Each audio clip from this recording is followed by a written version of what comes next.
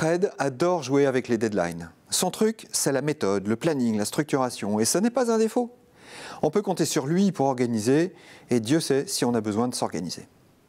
Mais depuis quelques semaines, Fred est très fatigué. Il fait des erreurs dans les plannings, à tel point qu'il a mis toute l'équipe projet X24 dans l'embarras. En effet, l'objectif qui était dans 3 mois exactement est subrepticement passé à 6 semaines.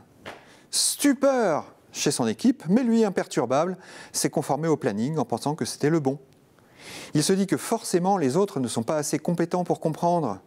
Et plus personne ne sait s'il y a une solution à ce problème apparemment insoluble. Les collègues se sentent pressés, compressés, surpressés par ce problème de planning. Alors mon conseil, c'est lorsque vous entendez votre petite voix vous dire qu'il n'y a pas de possibilité de sortir d'une situation. Rappelez-vous que ce n'est pas la première fois que vous entendez ça. Et votre expérience vous confirme qu'il y a toujours une sortie du labyrinthe. Communiquez avec les autres qu'il y a une solution, même si elle n'est pas claire. Vous n'avez pas à persuader qui que ce soit que vous avez la réponse, ni même qu'il y en a une. Vous avez juste à changer la question que vous entendez en vous en « mais oui, c'est possible ».